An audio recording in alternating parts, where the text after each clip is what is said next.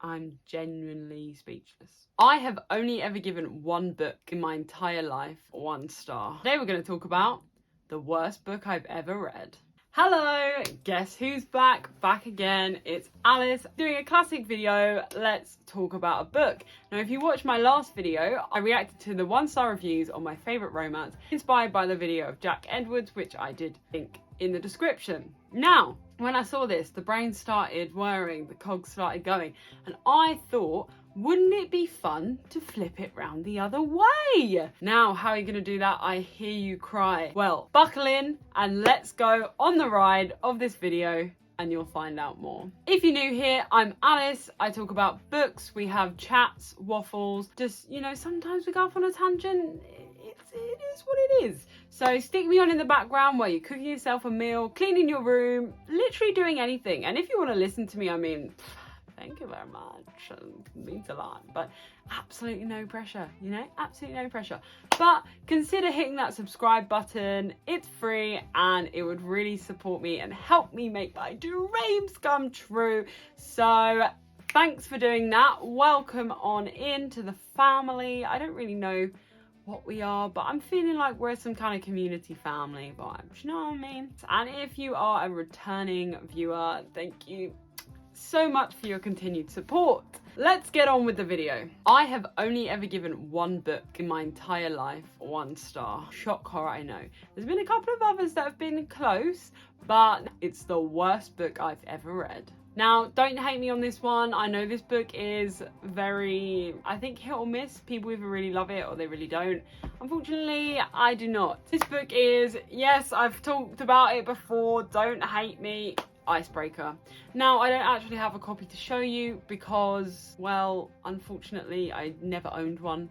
I borrowed it from my friend, read it, and gave it back promptly. So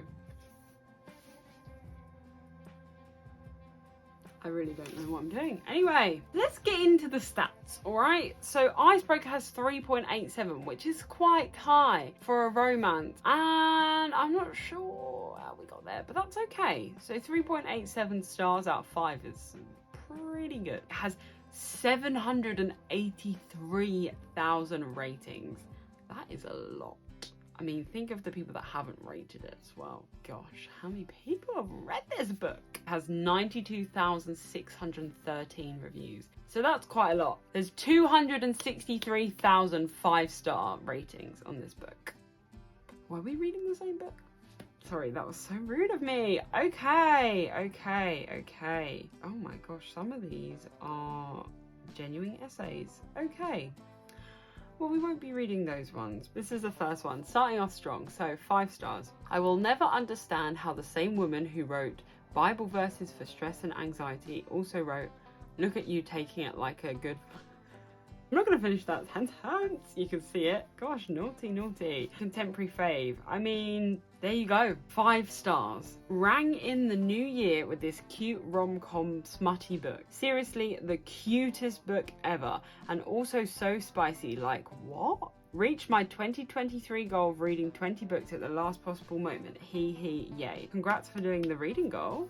Icon. Legend. I don't think I'd describe this book as cute. I think it depends on your definition of cute, there may be. But I would definitely say it was cringy. If you agree with me, let me know in the comments down below. If you don't, also let me know, but be kind on me because, you know, we're all allowed to have our own opinions on books. And just because I don't like it doesn't mean that I don't think it's okay for you to like it. I'm genuinely interested in reading some 5-star reviews to see maybe if I can reframe the way I looked at this book or maybe something I've missed. So let me know in the comments down below. You know these romance novels that make you feel calm and happy and give you the reassurance that everything is going to be okay because the main characters are doing all the right things. No, me neither. Fair enough. I didn't until I read this book. Okay. I don't want to be a snob and pretend I'm above regular romance novels because we all know that would be one big pile of BS. Woo! I'm just amazed at how healthy a fictional relationship can be. Right? Reading romance taught me that drama, miscommunication, and third act breakups are necessary to make a book exciting. And then comes Hannah Grace and says, hold my beer.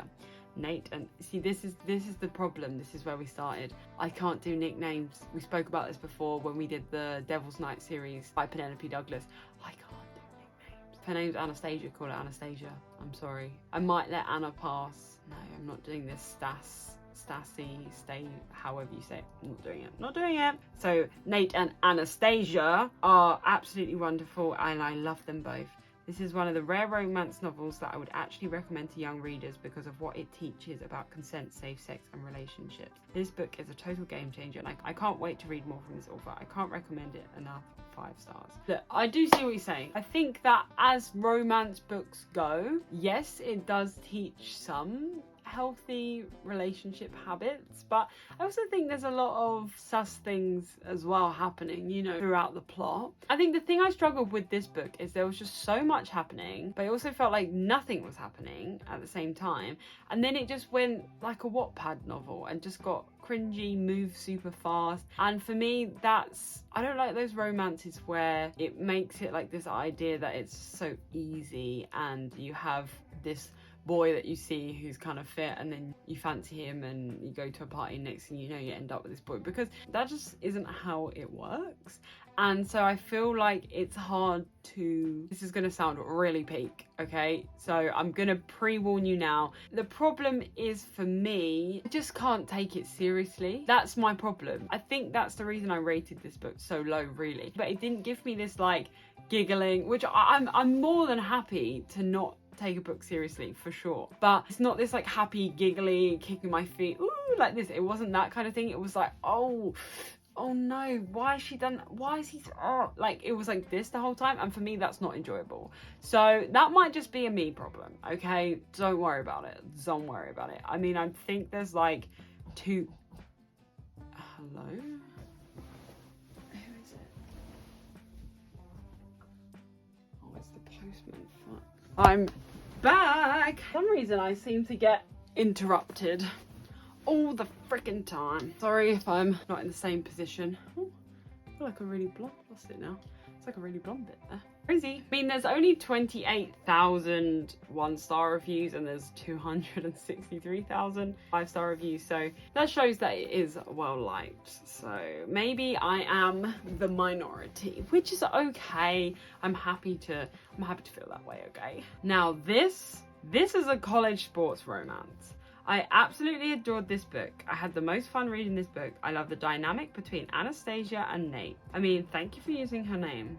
A legend. The banter, her trying to warn him off and act like she didn't like him, even though they were both immensely attracted to each other. Nate is a lover boy. He's a soft boy at heart. The book started off, okay, with him being the sunshine and her being the grumpy one of the relationship.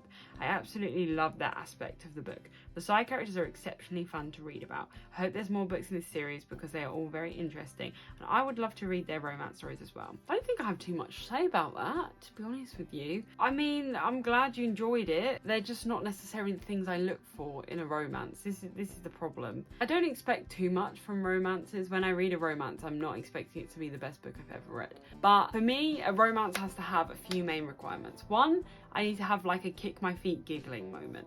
2, I need to have some kind of, let's say, obstacle. I like to have an obstacle in my book. I mean, I'm sure I'd be happy to read a book about a couple that just fall in love and then they go about their life and that's fine. Like, obviously, lovely, amazing. But when I'm reading a book, I do quite like there to be an obstacle. It doesn't have to be something toxic or something bad, but I do like to see how the characters can overcome issues when they have problems put in their path. I think that's really, really good. I think that's something that we can actually learn from as well. And the third part, they've just got to have normal names, okay? That's all I'm asking. Normal names, and none of this like let's rush 0 to 100, get married and have a kid. No, let's just take our time. Let's just, you know, if that was a part of the plot, if it was like the whole way through, she really wanted to have a kid and she wanted to like start a family, so I would understand it. But it's like the whole setup with the fact that someone else, I can't remember who it was in the plot, had a kid young and had to stop. Was it a coach? I can't remember. It was just foreshadowing the whole time, and I was like, yeah, well, she's gonna get pregnant, innit? And there's nothing wrong with being pregnant at all. Obviously not. But I just feel like I need something more. I just need more, okay? I think that's the problem. I mean, I'll hold my hands up. Spice, great. Snaps and claps. There was a lot of it for the most part. It was pretty well written, I'd say. Did very well on that front, but I just felt everything else was a bit lackluster. Everything else just didn't have that appeal. I never had that moment reading this book thinking, wow, I'm actually enjoying what I'm reading right now. Or, wow, I can't wait to get back and read this book. Like, I didn't have that thought. I was reading it like, oh, let's get this over with then, you know? And for me, I probably should have just not finished it, but I felt like I kind of had to because it was relevant and everyone was talking about it. And so, yeah, I kind of made myself finish it, but it just wasn't for me. So that's okay. Now I know that author might not be my style, so I don't necessarily then expect to like her books. I'm sure I'd give them another go, but I'm not being like, oh, I have to read this and make myself like it. You know, you're allowed to have your own opinion on a book. People, I'm going to be honest right now. Some of these are genuinely essays. Can I just show you this?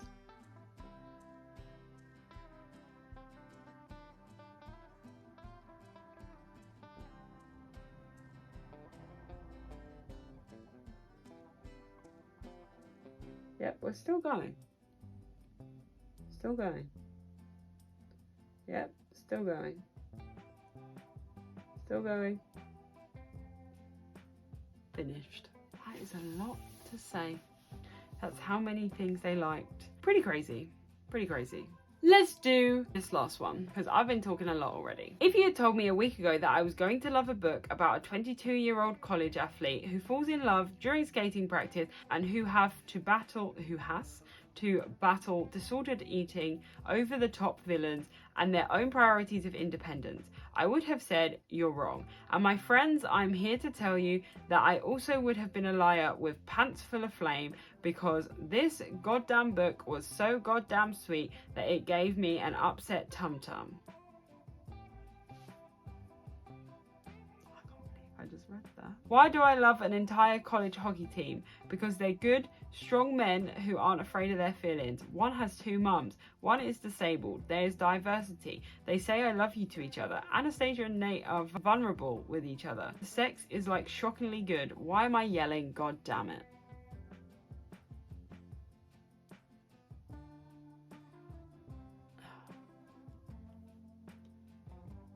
I don't think I have any words. I don't think I have any words. I think that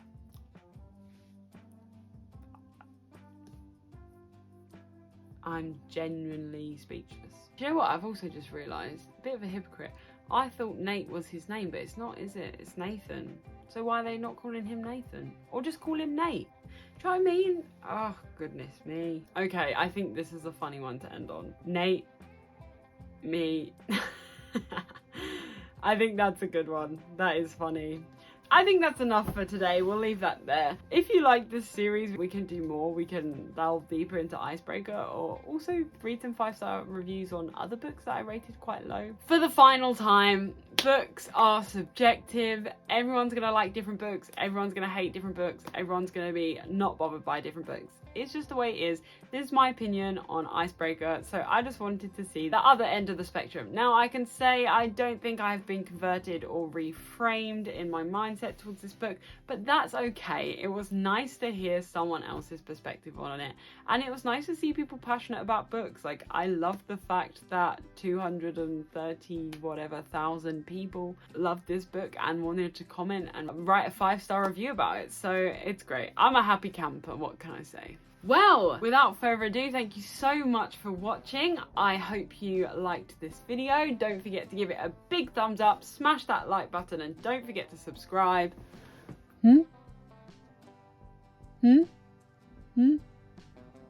Thank you very much, and until the next one, I'll see you then. Bye.